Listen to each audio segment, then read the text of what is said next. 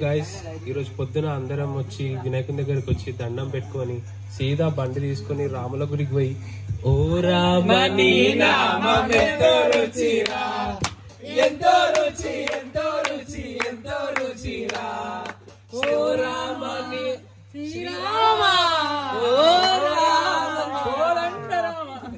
అట్లనే శ్రీరామ్ ఆ గుడికి వెళ్ళి దర్శనం చేసుకొని మళ్ళా బయటకు వచ్చి ఆకలి అవుతుందని చెప్పి ఇట్లా అని మెల్లగా హనుమాన్ గుడికి పోగలాడ మంకి ఉంది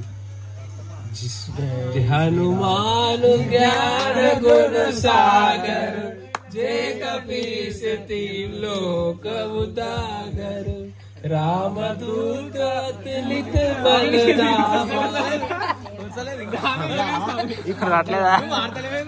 అట్లా మేము పాట పాడి పాడి పాడి బయటకు వచ్చి మళ్ళా గణేషన్ కూడా టైం అవుతుందని చెప్పి అందరు ఫోన్ చేస్తే జల్దీ జల్దీ జల్దీ జల్దీ ఉరికొస్తూనే ఉన్నాం. ఉరికొచ్చి మండపం కాడ జై జై గణేశ జై కొడతా గణేశ జై గణేశ హాయ్ హాయ్ గణేశ అడిగేస్తా గణేశ గణేశ అని మండపం కాడ అనుకున్నాం. అట్లా అనుకొని మళ్ళా అందరం కలిసి కట్టుగా బయటికి వచ్చి ఇన్ని దేవుళ్ళని దర్శనం చేసుకున్నాక మాకు ప్రసాదం దొరకలేదు, మా దగ్గర టైం దొరకలేదు, ప్రసాదం దొరకలేదు.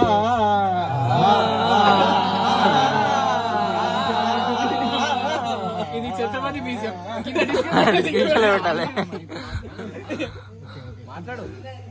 అలాగే డైరెక్ట్ ఈ నుంచి వినాయకుని దగ్గర నుంచి డైరెక్ట్ ఇన్ని దేవుళ్ళని దర్శనం చేసుకున్నాక అమ్మవారిని దర్శనం చేసుకోవాలా. అలాగని చెప్పి పోయి అమ్మవారి గుళ్ళో పోయి దండం పెట్టుకొని మాయదారి మైసమ్మో మైసమ్మ మైసారంబోలమే మైసమ్మ ఏ మైసమ్మ మైసమ్మ మైసమ్మో మైసమ్మ గబరబెట్టి గబరబెట్టి అయిపోగాకే మైసమ్మ జర పరేషాన్ చెయ్యకే మైసమ్మ